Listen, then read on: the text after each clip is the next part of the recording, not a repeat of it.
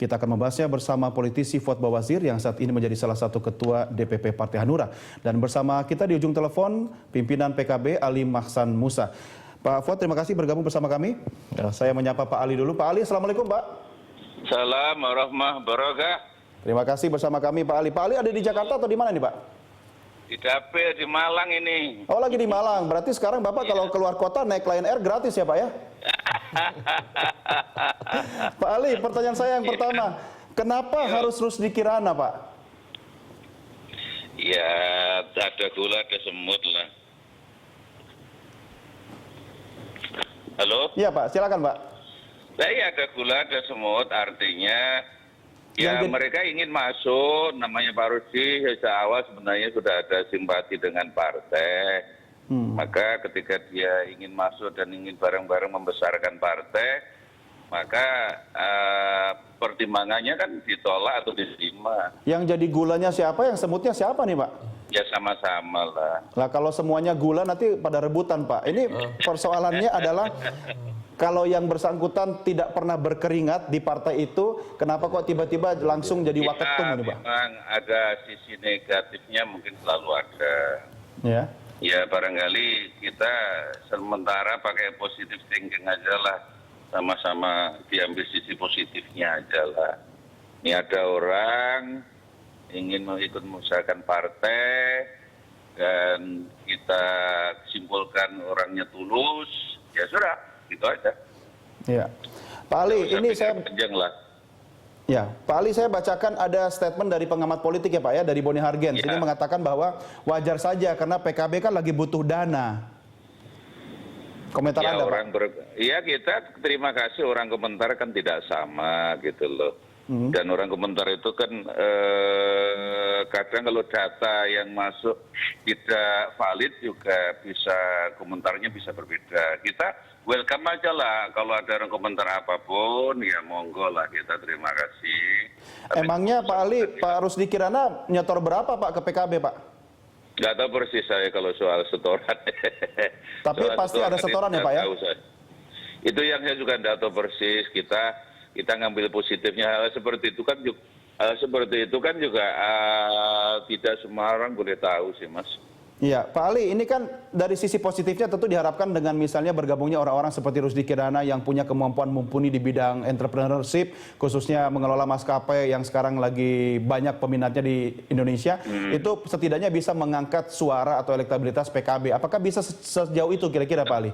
Ya, salah satu upaya kita yakini seperti itu. Dari segi manajerial berarti dia termasuk orang yang berhasil lah.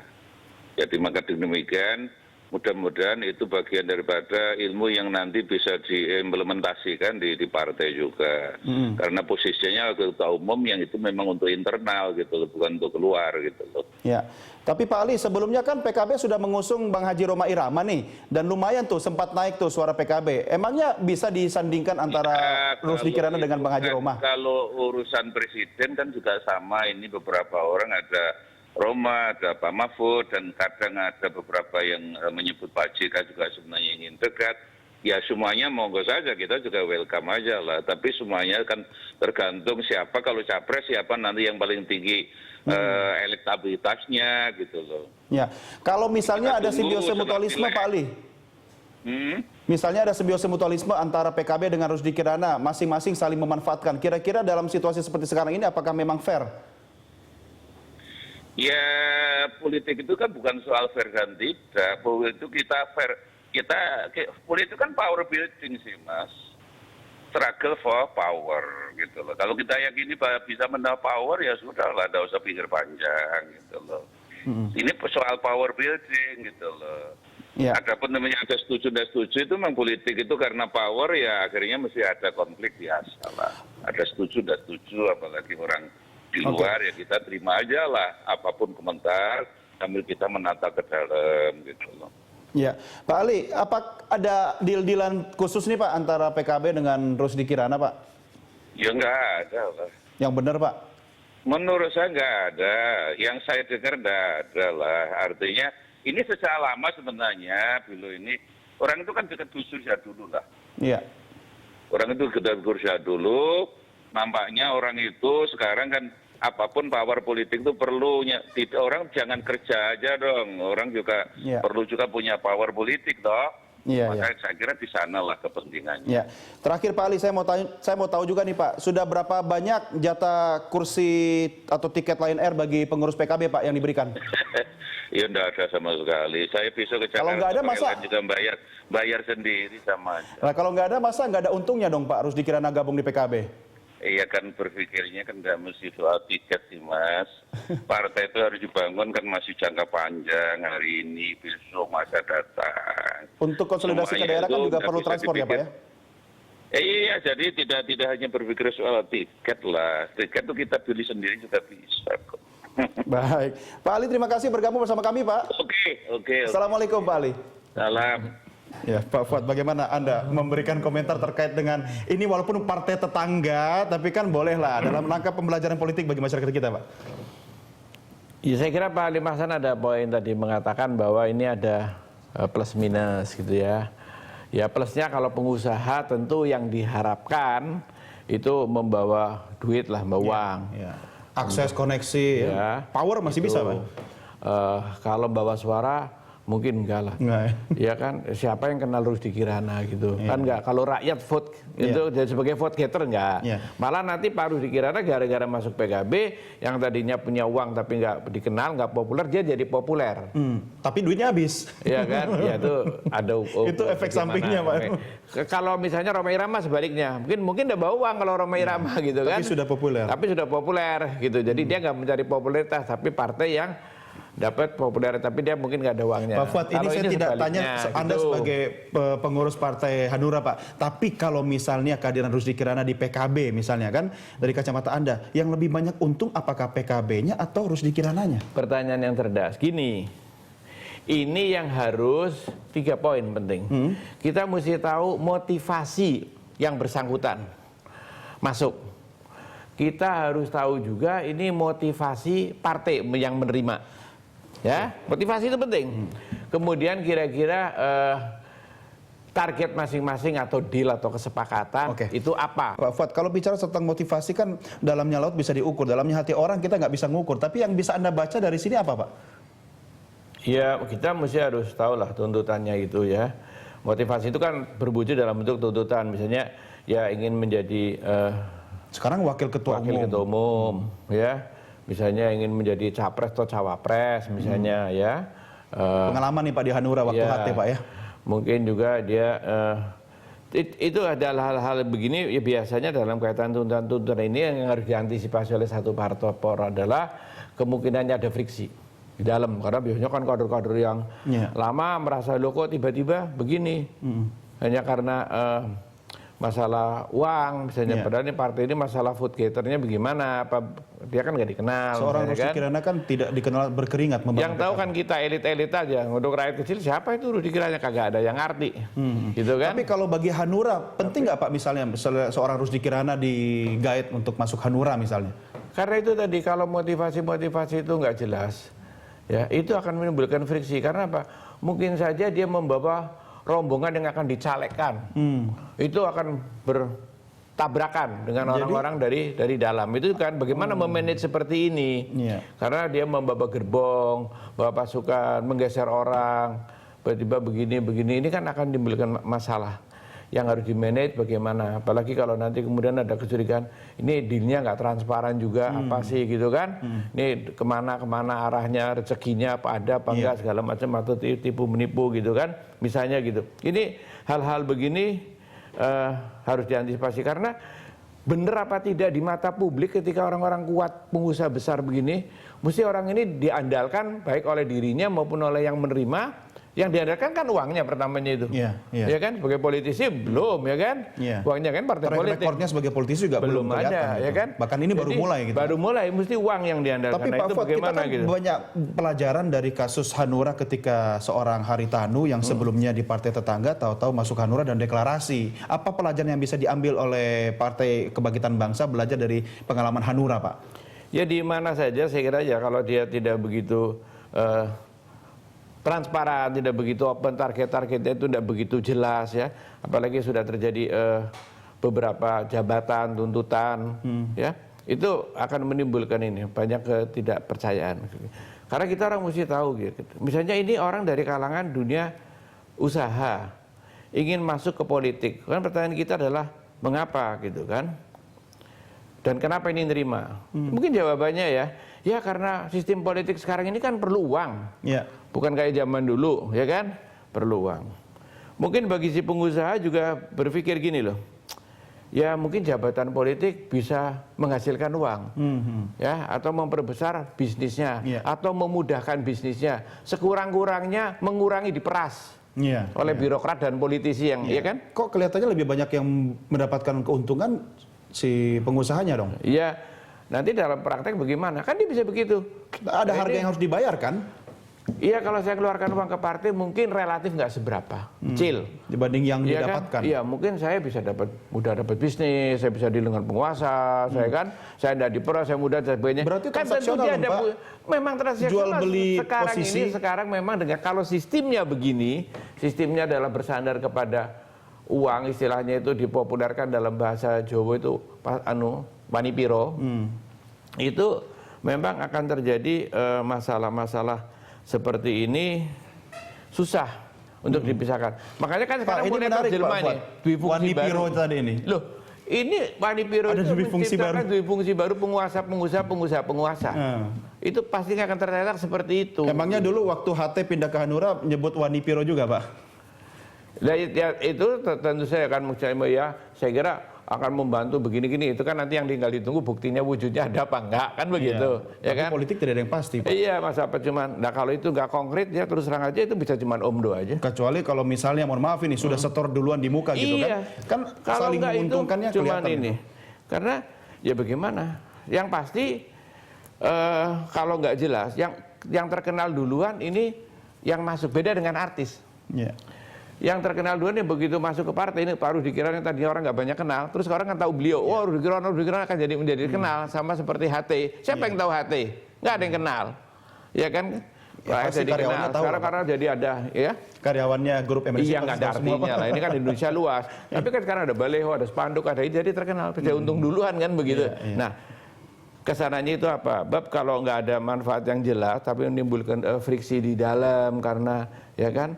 Bisa bahaya bagi ada partai. bagi partai dan belum tentu konstituen di bawah yang tidak langsung menikmati ngerti, malah ninggalin partai. Nah ini menarik Pak, bicara soal ngapain militansi gitu? konstituen kita akan bahas di segmen berikutnya Pak Fuad ya. Pemirsa kami segera kembali, tetap bersama kami. Pemirsa, Pak Fuad, ada statement dari Rusdi Kirana, Presiden Direktur Lion Air yang sekarang menjadi Wakil Ketua Umum Partai Kebangkitan Bangsa. Kenapa PKB punya arti khusus bagi saya? Gus Dur membuat saya, anak keturunan Tionghoa, merasa diakui.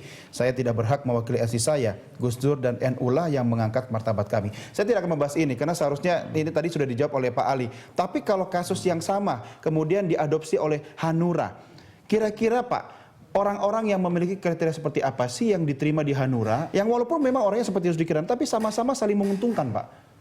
Ini, kalau partai ini kan pada prinsipnya itu terbuka untuk siapa saja, semua saja, boleh masuk semua saja gitu loh. Yang menjadi masalah itu kan sebetulnya yang harus dihati-hati karena ini kan ada jalur khusus. Karena kan orang normalnya partai ya biasa semua organisasi, begitulah normal supaya ada persamaan apa segala macam. Ini jalan gitu tol kan. khusus ini Pak? Nah, ini kan jalan tol khusus. Nah kalau jalan tol khusus ini orang lewat jalan biasa nggak bayar, jalan tol khusus mesti bayar. Ya kan? Nah apalagi kalau sedangkan partai tujuan utamanya adalah memperoleh suara. Nah ini apa belum jadi tokoh umumnya kan? Atau ini bagian dari upaya beli gitu kan. suara Pak? Nah jadi hal-hal inilah yang makanya saya bilang ini mungkin kan dia bisa diterima begini. Emangnya kalau Pak Rusdi Kirana bukan orang kaya, CEO punya Lion Air itu jadi wakil ketua umum? Belum tentu ya? Ya pasti kagak lah. Kalau dia bukan apa-apa kan begitu. Tapi karena ada uangnya kan.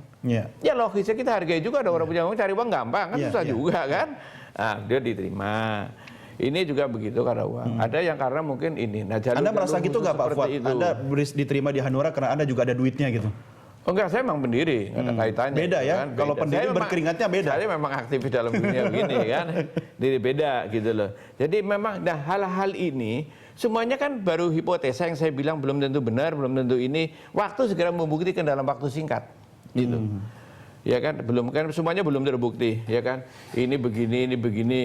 Apakah ini benar? Mudah-mudahan benar. Artinya maunya begini yang baik. Tapi hal-hal gini harus dijaga. Kalau tidak, menimbulkan ketidakpercayaan, distrust di dalam ini sendiri. Partai bisa menimbulkan friksi dalam partai itu sendiri. Nah itu tadi Pak Fuad, di tengah kondisi pragmatisme seperti sekarang ini, bagaimana dengan kader-kader yang punya militansi cukup tinggi dan cukup kuat? Apakah malah tidak semakin memperbesar friksi yang sebenarnya setelah pemilu sebelumnya partai-partai berusaha untuk mengguyupkan kembali friksi-friksi itu? Ya, kalau saya sih terus terang aja lebih cenderung ya, sebetulnya orang-orang yang sangat profesional dalam dunia usaha, itu Indonesia itu masih relatif kering, minim.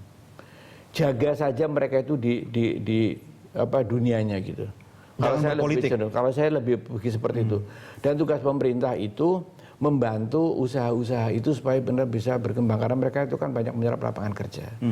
Saya terus terang aja agak prihatin kalau pengusaha-pengusaha itu rame-rame masuk ke partai. Kasarnya di sana itu nggak gampang mencari pengganti. Kalau di partai ini gampang dah mencari pembantu, tukang tambal ban aja bisa ditarik, ibaratnya yang tukang bengkel, lebih mudah lah, jujur ngomong aja untuk ini. Tapi di sana itu dunia yang sangat langka. Kenapa pada berbondong-bondong kemari, malah saya lebih prihatin. Atau mungkin Pak Fuad begini, analoginya adalah dibutuhkan orang-orang yang punya mental entrepreneurship untuk mengelola partai biar lebih modern. Ya ini kan memang ini bukan bisnis ya, ini kan bagaimana menjual satu idealisme. Partai ini beda. Bukan sekedar jual kursi waketum. Gitu. Habis itu dia menjadi penguasa. Nah ketika di penguasa itulah menjadi pemerintahan, itu baru dia menjalankan fungsinya. Bukan partainya. Bukan partainya disuruh dagang. Bukan partai ini menjual idealisme. Tapi Pak, kalau misalnya Rusdi Kirana memilih masuk ke Hanura, bagaimana? Ya kemungkinan saja, boleh-boleh saja. Ini kan akan mendapat posisi apa di Hanura? Ya tidak tahu. Asal mekanismenya benar di partai, asal mekanismenya benar, semuanya paham, semuanya menerima, saya kira tidak akan menimbulkan masalah. Apakah partai? Tapi kalau tidak jelas, yakin itu akan menimbulkan masalah di dalam, karena orang bilang emang kita ini sudah mulai jualan, emang ini warung, ini itu hal-hal begitu bisa akan muncul kalau saya katakan tidak di-manage dengan benar, karena ini bisa. Semua jabatan itu kan ada dari kerja keras orang. Ini kok tiba-tiba tamu blok. Nah kalau tamu blok langsung dapat posisi, orang tanya duitnya di mana, bayarnya apa, di mana, kok nggak nyampe ke kita? Kok nggak nyampe ke kita? Ada apa nggak di catatannya? Kalau nggak siapa yang terima? Itu kan menimbulkan jangan-jangan larinya cuma ke satu pintu saja kalau diudit kayak begitu. Ya kalau udah transparan orang yakin, iya masa nggak bayar apa-apa tiba-tiba jadi ini gitu. Orang nggak percaya gitu loh. Makanya perlu jelas karena memanage ini. Nggak mudah. Kalau argumentasinya Pak Fuad tadi seperti itu, saya mending jadi calon ketua umum aja Pak. Kan duitnya masuk ke situ juga kan? Kalau nggak jelas gitu kan Pak? Iya, memang. Apakah semua partai begitu Pak? Iya. Ada kecenderungan di Indonesia ini kan mau diatur ini itu segala macam. Terus terang aja tidak begitu bisa. Tapi Hanura nggak gitu kan Pak? Kenapa? Karena memang sistem politiknya ini juga menurut saya sudah agak keterlaluan. Yaitu Wanipiro itu semuanya itu sistem uang. Uang terlalu terbuka juga pada tidak berani ngomong kalau uangnya terlalu terbuka, sehingga semacam ada pengertian bersama ya seformalitas mungkin. Mudah-mudahan tidak ketahuan. Itu loh. Itu seperti konsensus itu. Mudah-mudahan disuruh laporin rekeningnya kok terlambat semua lapornya Pak. Karena memang sulit. Dan ini saya itu bekas Dirjen Pajak. Jujur ngomong aja ya. Waktu Dirjen Pajak nanti kena pajaknya tinggi Pak. Saya bilang udahlah pembukuan bisnis ini nggak percaya saya, tapi dia tidak punya cara lain, harus membukanya harus bohong. Kalau benar masalah, tidak benar dia masalah. Saya udah tahu. Jadi dong. Iya si malakama. Jadi saya bilang gini aja, saya nggak mau tahu pembukaan Anda karena pasti bohong dan Anda nanti bermasalah, saya bermasalah sama. Udahlah, saya pajaki dengan. Dan mereka tahu kalau Ditjen Pajak tahu itu bohong. Saya tahu. Saya tahu betul kamu itu semuanya betul bohong. Dan kalau saya periksa, buat apa saya periksa bohong? Kalau saya periksa benar juga susah. Karena di dalamnya itu ada duit buat ini, duit buat ini. Menurut undang-undang dilarang. Misalnya kayak serba sulit kan. Mendingan saya pajaki cara lain yang saya nggak bersinggungan dengan itu, tapi negara untung. Berarti parpol cara kayak gitulah. Misalnya kan, kalau saya bikin begitu. Di politik sama. Berarti parpol isinya tukang bohong semua dong Pak? Ya, Itu sekarang ada yang bohong Muhammad Iskandar atau Rusdi Kirana, belum tahu saya kan, Pak? nggak wallahu a'lam, saya nggak Kalau tahu. ke Hanura, Pak, yang bohong Saya nggak tahu. Wiranto atau HT nih, Pak, kira-kira, Pak? Saya nggak memasuki kepada satu kasus, tapi saya hanya mengatakan sepanjang itu tidak transparan, target-target, motivasi sasaran masing-masing, saya mau dapat apa, saya partainya dapat apa, ini diterangin kepada bawahannya, ini loh orang ini, jadi ini, masa iya baru datang jadi itu kagak ada apa-apanya. Akal sehat kan begitu kan? Betul. Pak Fuad, satu pertanyaan sebelum mengakhiri diskusi kita. Kalau masuknya Rusdi Kirana ke PKB ternyata mampu membuat PKB menjadi lebih solid, kuat, dan elektabilitasnya tinggi, pasti bisa jadi ancaman partai lain dong. Apa yang akan dilakukan oleh Hanura? Saya kira itu bukan satu cara. Semua partai akan melakukan caranya untuk membesarkan dirinya masing-masing. Apa yang Jadi Anda tidak khawatir Rusdi Kirana di PKB? Nggak usah khawatir. Kalau memang itu positif. Yang saya khawatir itu justru kalau semua pengusaha beramai-ramai memasuki dunia politik. Itu saya terus terang aja secara pribadi lebih berharap mereka menjagain dunia usahanya. Jaga di sana dengan baik. Tapi saya juga ada dengar dari mereka, Pak, kalau enggak saya diperes. Makanya lebih baik masuk parpol biar jadi tukang peres kalau kalian. sepanjang motivasinya begitu, mungkin masih mending. Nah kalau motivasi kemudian menjadi lebih lagi dari ini, dari itu lebih lanjut kan? Kan buat balikin modal yang udah diperes dulu, Pak. Akhirnya politik transaksional makin jauh. Karena terlahir di fungsi baru, dulu di fungsi TNI dimusuhin, sekarang malah di fungsi pengusaha-pengusahanya, yang kaya pengusaha dan yang kaya penguasa-penguasanya diam-diam jadi pengusaha dan sebaliknya. Ya kan? Lalu konstituen di mana dong? Ini yang saya khawatir. Baik, mudah-mudahan tidak terjadi lagi wanipiro berikutnya. Pak Fuad, terima kasih bersama kami. Sukses buat Partai Hanura, Pak. Terima kasih. Dan untuk membahas masalah ini, kita sudah bersama peneliti dari Lembaga Politik Indonesia atau LPI, Karyono Wibowo. Mas Karyono, terima kasih bergabung bersama kami. Kalau Anda nanya misalnya suka terlambat take off dari Bandara Soekarno-Hatta, salah satu yang berkontribusi kena pesawatnya Pak Rusdi Kirana nih. Paling banyak. Yang paling banyak. Menurut survei begitu. Nah, itu hasil survei kan? Hasil survei. Tapi menurut PKB pasti beda. Kenapa sampai jadi waketum di PKB seorang Rusdi Kirana, Mas? Oke. Ini kita harus mulai dari masalah yang mendasar gitu ya. Tadi Pak Bawasir juga menyebut ini karena persoalan sistem politik kita hari ini. Nah, sistem politik kita hari ini itu memang menimbulkan implikasi ya, terjadi high cost. Ya, biaya yang sangat tinggi sekali. Yang harus ditanggung sendiri oleh partai. Yang harus ditanggung sendiri oleh partai politik. Nah, oleh karena itu partai politik berusaha untuk mencari sumber pemasukan, sumber modal. Maka tak heran seperti Pak Rusdi Kirana misalkan kemudian digaet oleh PKB. Saya kira dalam konteks itu PKB perlu dana. Jadi ujung-ujungnya duit nih. Iya, ini transaksional. Ya, perlu logistik yang sangat besar sekali. Tapi menarik juga pertanyaan berikutnya adalah logistik ini apakah memang logistik untuk partai atau untuk elit partai? Nah ini yang hasil penerawangan Anda sebagai peneliti ini kan harus ada dasarnya dong. Iya.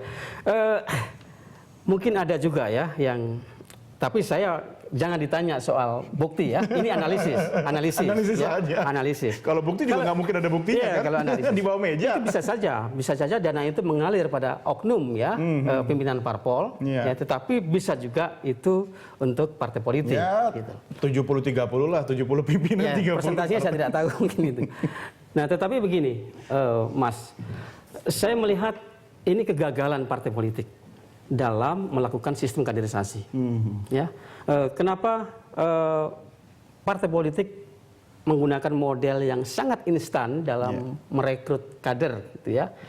Ini jelas menunjukkan kegagalan partai politik. Padahal seharusnya partai politik itu dia harus melakukan sistem kaderisasi, dia harus melakukan ideologisasi, dia harus mencetak kader-kader yang ideologis sesuai dengan ideologinya masing-masing, ya, dan dia harus memperjuangkan ideologi yang mereka yakin. Nah, hari ini saya tidak melihat ada partai satupun yang konsisten dengan ideologinya. Kalau kita bicara PKB, Mas Karyono, sepeninggal Gus Dur, almarhum Gus Dur, PKB tidak memiliki proses kaderisasi yang akhirnya bisa menempatkan kader-kadernya di posisi-posisi penting. Ya, ini mungkin gara-gara Muhammad Iskandar nggak datang ke haul Gus Dur sih ya, jadi nggak dapat wangsit untuk menempatkan kadernya. Ini kegagalan partai kah atau kegagalan sistem politik bangsa kita yang membuat partai bisa seperti itu?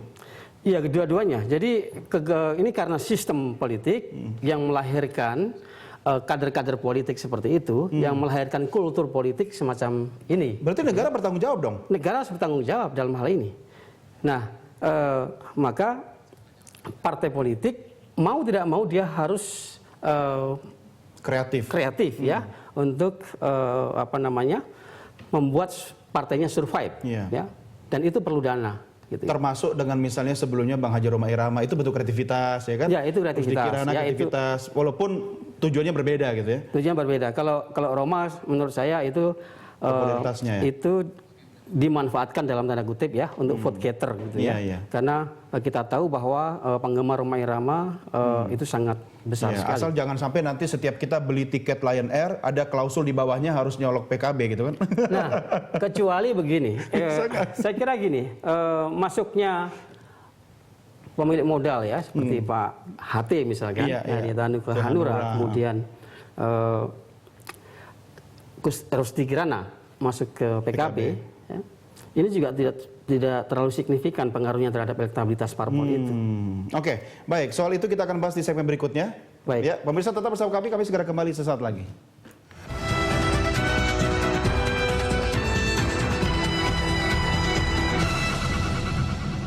Menikmati waktu liburan bersama keluarga ternyata tidak perlu jauh-jauh keluar kota. Sepertinya Hotel Area Duta Lipo Village cocok untuk liburan bersama keluarga ya. Kami menawarkan program weekender, yaitu paket menginap 2 malam dengan hanya membayar 1 malam dengan fasilitas kamar ala cottage, penuansa Bali, kolam renang, fitness, dan spa. Ada tipe kamar apa saja? Tipe kamar deluxe, cabana deluxe, dan cabana suite. Cukup hubungi kami, staf kami akan selalu siap membantu Anda. Untuk liburan yang menyenangkan dan penuh kesan, datang saja ke Hotel Area Duta Lipo Village. Setiap saat, pasar berubah sangat cepat. Kami sajikan semuanya di sini. Money Report bisa menyapa Anda kembali. Program khusus ekonomi bisnis dan Pasar keuangan saham. 218,44. Corporate action Impor solar selama ini cukup besar. dan kebijakan ekonomi penting. Berdasar data dan analisis yang akurat, Money Report, sumber referensi bisnis dan keuangan Anda. Harus diperhatikan saat Anda mengembangkan bisnis. Money Report, Senin hingga Jumat pukul 21.00 waktu Indonesia Barat. Hadir di Berita 1.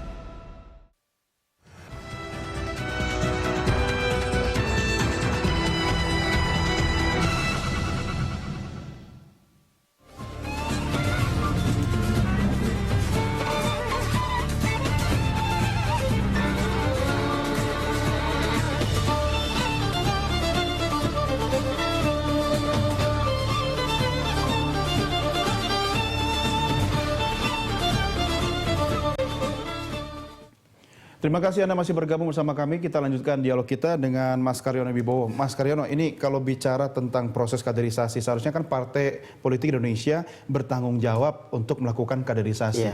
Tapi jangan lupa, mereka juga butuh logistik, butuh modal. Kalau tadi yang dikatakan oleh Mas Karyono, saya balikkan dengan yang dikatakan oleh Pak Fuad Bawazir di segmen sebelumnya, kok tidak terlalu terlihat transparansi proses Rusdi Kirana duduk menjadi waketum. Bahkan posisi ini kan ditambahkan jabatannya kan. Waketum jadi tambah satu lagi. Pertanyaan saya adalah, kalau transparansinya kurang, apakah betul logistik yang masuk ke PKB itu memang untuk partai? Atau jangan-jangan hanya untuk elitnya saja? Iya, bisa saja itu terjadi. Ya, dana itu mengalir juga ke elit partai. Ya kalau misalnya Mas Karyono jadi ketua umum gitu kan. Iya, bisa juga itu mengalir untuk kepentingan parpol. Gitu ya. Nah, pimpinan partai politik punya pengaruh yang sangat besar sekali.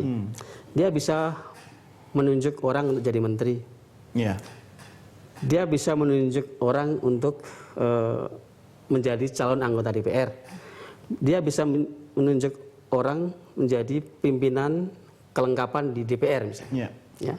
Nah, dalam konteks ini memang ketua umum parpol itu menjadi orang yang sangat berpengaruh. Dia tokoh sentral, sehingga tidak menutup kemungkinan bagi pihak-pihak yang berkepentingan misalkan dia harus melobi ketua umum. Iya, mendekat ke ketua umum. Mendekat ke ketua umum. Untuk mendekat pasti ada harga yang harus dibayar gitu kan? Ya, mungkin ada transaksi. Kira-kira Rusdi Kirana targetnya apa sih di luar wacana dia memang hanya mengamankan bisnisnya? Apakah mungkin dia ingin masuk di struktur politik apa misalnya di dewan kah atau di apa, dia kan nggak kedengaran nyalek kan? Ya kalau sekarang kan tidak nyalek karena dia masuknya kan telat gitu ya. Dengan begitu maka saya bisa jadi Pak Rusdi Kirana punya kepentingan misalkan nanti masuk di kabinet misalkan ya ketika PKB berkoalisi dengan partai lain yang Jadi memiliki bisa potensi yang mengirimkan wakilnya ya. memiliki wakilnya misalkan. Jadi Rusdi Kirana bisa dicalonkan untuk duduk di kabinet gitu. Bisa. Menteri apa misalnya Menteri Perhubungan gitu ya. Atau Rusdi Kirana bisa juga mengusulkan orang lain kan bisa jadi. Iya, Tidak harus dia. Iya. Persoalannya gini, Mas Karyono, ketika seorang tokoh masuk, apakah dia politisi, dia pengusaha, dia pasti bawa gerbong kan? Dan Iya. gerbong itu kan pasti juga membayar sesuatu kepada partai politik. Iya. Bagaimana dengan nanti kader-kader partai yang sudah berkeringat sejak awal, apakah malah tidak memperbesar friksi yang ada dalam partai politik itu sendiri? Ya saya kira pasti ini ada implikasinya ya. Ini akan menimbulkan konflik internal bisa saja terjadi. Sudahkah itu diukur, dibaca, dan diantisipasi oleh ketua umum partai? Saya nggak tahu, tanyakan Muhaimin. Kalau Anda Iskandar lihat gitu. seperti apa dengan gesturnya PKB lewat ketua umumnya sekarang ini? Ya kalau seperti yang saya katakan tadi, ketua umum itu punya pengaruh yang sangat besar sekali dalam sistem politik di Indonesia. Gitu ya. Sehingga mungkin Muhaimin Iskandar sebagai ketua umum PKB sudah menghitung itu. Tapi kan ketokohan Muhaimin Iskandar berbeda jauh dengan ketika Gus Dur ya, eranya Gus Dur gitu. Anda tidak melihat apakah memang ini semacam bermain api di tengah kondisi yang seperti sekarang ini? Ya memang kalau dibandingkan Muhaimin dengan Gus Dur sangat jauh sekali, pengaruhnya juga sangat jauh sekali gitu. Tetapi terlepas dari kelemahan Muhaimin adalah ketua umum partai yang punya kekuasaan, yang punya kekuasaan, yang punya otoritas di dalam internal PKB. Kalau bagi PKB sendiri dengan posisi sekarang ini, untungnya apa? Kalau kita bagi-bagi siapa lebih banyak untung pasti sangat subjektif juga gitu kan. Tapi bagi PKB yang sangat pragmatis sekarang, untungnya apa sih? Ya itu tadi kalau dana itu digunakan, misalkan ini Pak, kita anggap aja masuk ke partai lah gitu kan. Anggap saja itu masuk ke partai. Ya. Tentu PKB partai diuntungkan. Ya, dia bisa membuat sebuah program untuk sosialisasi ya, untuk menambah perolehan suara misalkan pada pemilu 2014 yang akan datang. Nah, tentu ada keuntungan. Ada apa namanya semacam tambahan vitamin gitu ya untuk suplemennya tambah lah ya. Suplemennya bertambah. Lebih bergairah gitu Sama kan. ketika misalkan Pak Haritanu masuk ke Hanura. Gitu ya. Tapi kan tidak menjamin elektabilitas. Nah, betul. Ini yang menarik sebenarnya. Ketika para pemilik modal, bahkan pemilik media gitu ya, masuk ke partai politik, ternyata itu tidak terlalu signifikan pengaruhnya ya terhadap elektabilitas partai tersebut. Nah, itu Pak Haritanu loh yang memiliki, tidak hanya memiliki modal, dia memiliki jaringan media yang sangat besar sekali. Malah jadi ketua Bapilu lagi. Ketua Bapilu, Badan Pemenangan Pemilu Partai Hanura. Ternyata nggak jaminan. Tetapi elektabilitas Partai Hanura kan ada kenaikan tetapi tidak signifikan. Ya mudah-mudahan dengan terjadinya transaksi seperti ini bukan persoalan mau pensiun gitu kan, jadi butuh modal gitu kan. Oke Mas Karyono, terima kasih sudah bergabung sama kami. Sampai ketemu lagi. Sukses buat Anda. Terima kasih.